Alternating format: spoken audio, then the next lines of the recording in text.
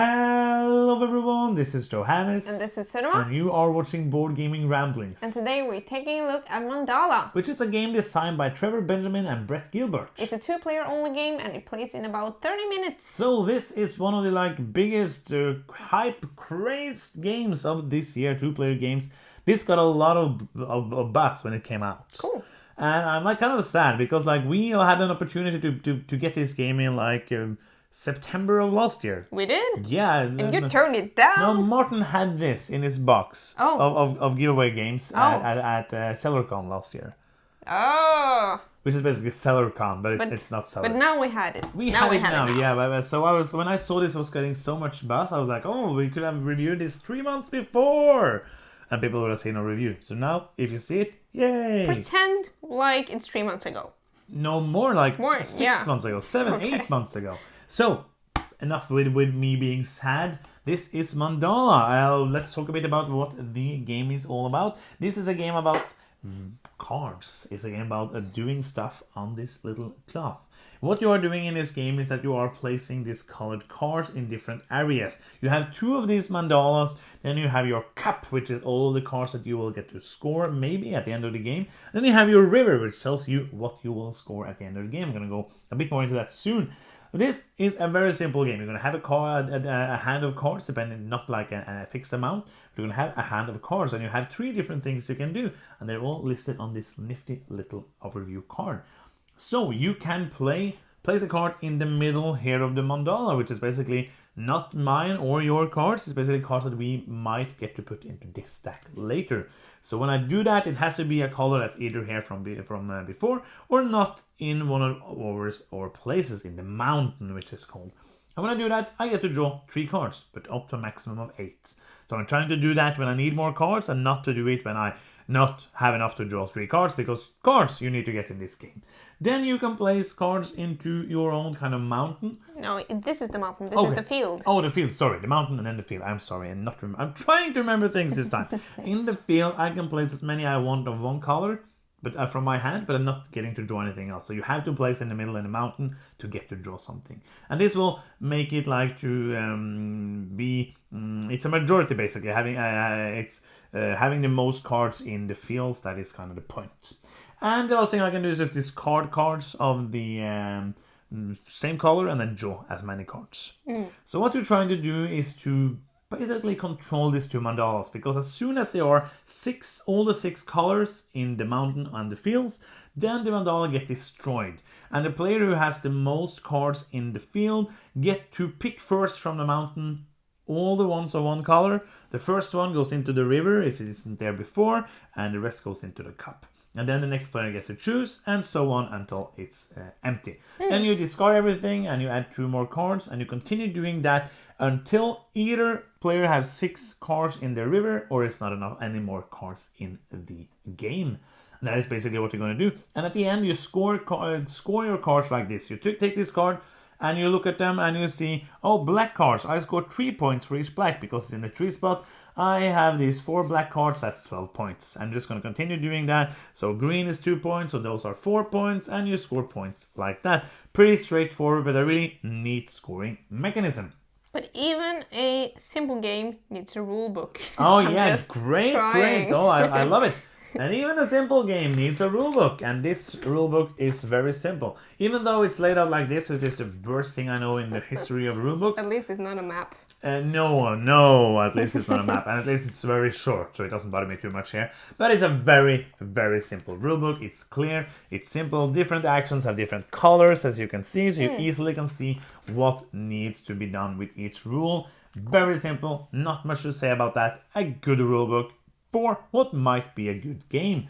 Before we talk about that, let's talk about the artwork and components there. What do you think? Just look at this. I really like this cloth. Yeah. And if you don't like the game anymore, you can use it as a regular washing cloth. Yeah, because it actually has where you can hang it up. Yeah. So it has it and you can use it to hang up. Yeah, it's... Oh, it just looks beautiful. And the cards are popping with color. It's like, it's not like super strong colors, but it looks like harmonious on the table. And I think that's kind of the point. Yeah. And it's super clear which area is which. So I'm happy about the artwork and components. And also all of them have different symbols. So if you are having problems seeing colors, it's also being easy that way.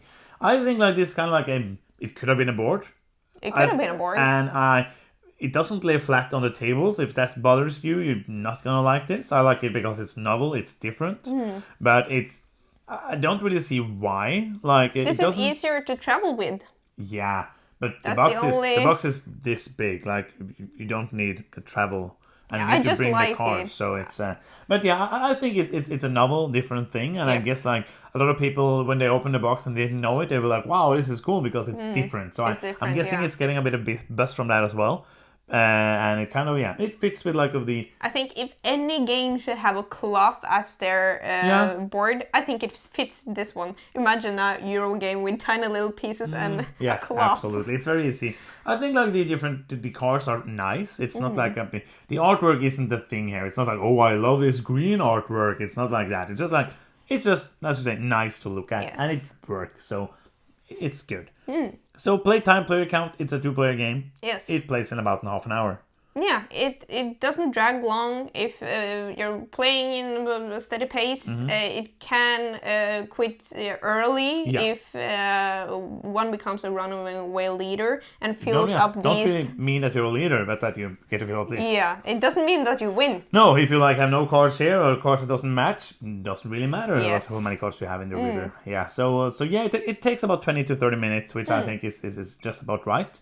So is it fun? The gameplay, is it fun? Like we just like this is one of the games where like I almost explained every single rule in the game because it's so simple.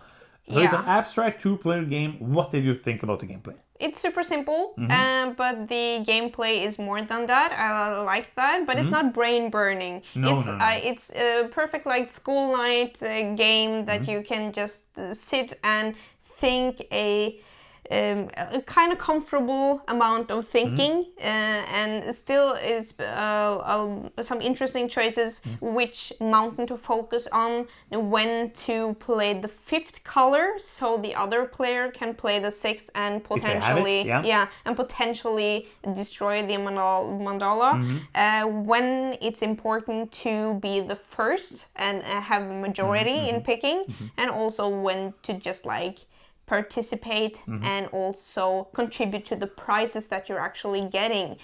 So it doesn't blow me away, the gameplay, but I think it's solid and it's nice. Yeah, I agree with that basically. Like nothing much to add. I think the game is good.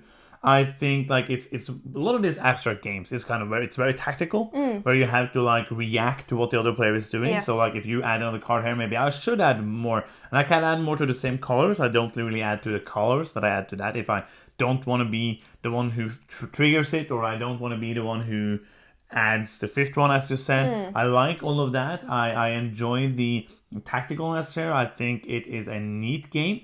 Not amazing for me, but I like it. Like. There's not too much to say, really. It is a tactical game. It doesn't really do a lot of things. I like the scoring. That's kind of like the thing I like the most. I like that. Trying to get things up here. Like maybe like you start with 2 cards in here. Like last time you started with 2 of the same. Yes. And you basically just try to fill up here and then get the cards a green, for example, high up like a 5 or 6. And trying to manipulate that is kind of interesting. And trying to, like, when you get these 1 and 2s, those are not really so good for you anymore. Yes. You'd rather have something here on the 4, because like one of those are 4 of that. So it's a lot of, because I know numbers. So it's tactical game. There is a lot of things here. Like if you like these kind of 2 players head to head, it is a game I think we will play again, because it is so simple. The rules are so simple, and they are it's a great depth to the game.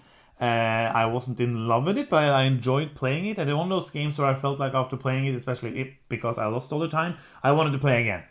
So I had that feeling or urge more than you, because you just won all the time. So I was like, oh, one more to try to beat you, which I never do in games. But I liked it. Not amazing, but it's good. Yeah. Anything you want to add? Yeah, even though it's kind of simple and it's not brain burning for me, I still had a learning curve going into this game. Yes. Because one time we were at a mandala and you were clearly winning it. There was nothing I could do to like take over the majority. Yeah. And then I should have just played the 6th color and ended it. But instead, I was focused on the other mandala, and then you could just put all the prices here that you would get. So, and I learned that the hard way. Yeah, you kind of do. I also did that mistake later because it has some of those like tricks. We have talked about that like many times earlier this week in the ramblings of the month. We play a couple of like these abstract games. There is one of these like you have to learn the tricks basically. You have to learn like when the timing is very important here, which is one of the things that is most important or most interesting basically. Yes. So you want to add anything, or should we do final thoughts? I think we should go to final thoughts. Okay, so what do you want to search? In terms of abstract 2-player games, I have some favorites of my own, and this is not one of the top tier, tied to something. Top tier, yeah. Yeah, for me, I think it's nice. I'm going to give it a 7 because it's solid. It's just, I'm not in love with it, but it's a perfect school night game. Pretty simple, super easy to teach to other players, and fast and fun to play. So, thumbs up. I agree with all you said. I like it. I want to keep it because it's different. It has this nice cloth. Yeah. It is a game that I can pick up and play with almost anybody. If I am somewhere where there are 2 players, this is a game I maybe like we could gift to my parents because it's so easy. I think because the games we give to them usually they don't remember the rules and they need to learn them again. But this is so simple that they might actually remember it.